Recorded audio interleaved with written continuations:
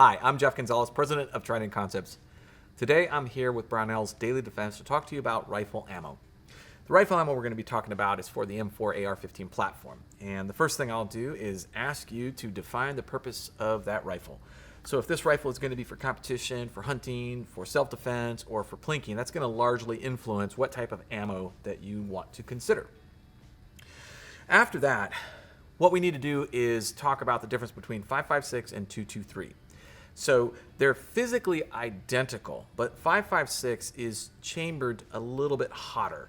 So what you're going to want to do is you're going to want to consult your owner's manual or read the stamped impressions on your barrel that will indicate what your rifle is chambered for, whether it's 5.56 or 2.23. The next thing we talk about is the barrel twist rate. And so what the barrel twist rate means is that in so many inches, the bullet will revolve one complete rotation. So an example would be 1 in 7. So every 7 inches, the bullet makes one complete revolution. And why is that important? Because as the bullet is in mid-flight, it is stabilized by spinning. So the more spinning is developed, the more accurate the round can be. But that again is also going to be something that you want to consider by looking at your owner's manual or reading the impression off of your barrel. And the reason why that's important is that can largely influence the type of bullet that we're going to be looking at. And we'll talk about that in just a second. The next thing we want to talk about is the barrel length. So there's a lot of different barrel lengths, but we're going to break them down in just 3 categories. The first category would have a barrel length of about 18 to 24 inches, and that's really set aside for long-range shooting. Next is going to be the 14.5 inch with a permanently affixed flash hider to 16 inches.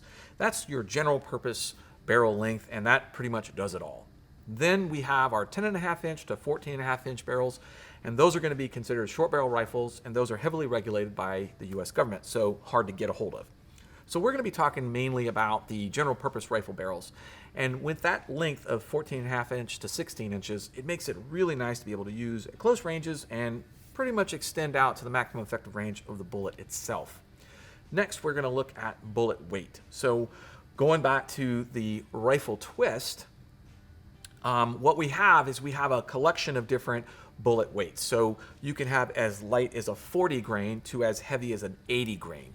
But typically what we see is the most popular round being about 55 grain and 62 grain. Those are probably the most easy to come by these days. So as you look at bullet weight, that's going to be heavily influenced by the barrel itself. So the 3 most popular rifle twists that you see out there are going to be 1 in 12, 1 in 9, and 1 in 7.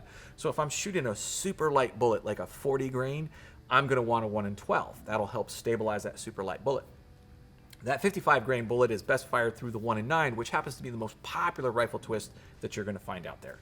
The 1 in 7 can do pretty much the 62, the 77, and even the 80 grain bullets very well. So read the owner's manual, and if not, check out what the stamp is on your barrel to figure out what's the best bullet weight for your particular rifle. Then the last thing we talk about is the bullet design. So you really have 2 main bullet designs. You have a full metal jacket, or sometimes what's called a ball round, and then you have a high performance hollow point, which is similar to a pistol or a handgun caliber's hollow point, except it's a much smaller opening at the tip of that bullet.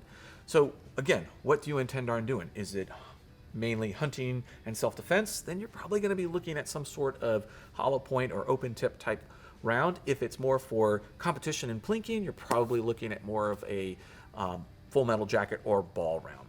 So just down and dirty quickly on the different types of rifle ammo that's out there and why you might want to choose one over the other based on the characteristics of your rifle. So I'm Jeff Gonzalez. If you have any questions or comments, please feel free to post them down below. Until then, take care and stay safe.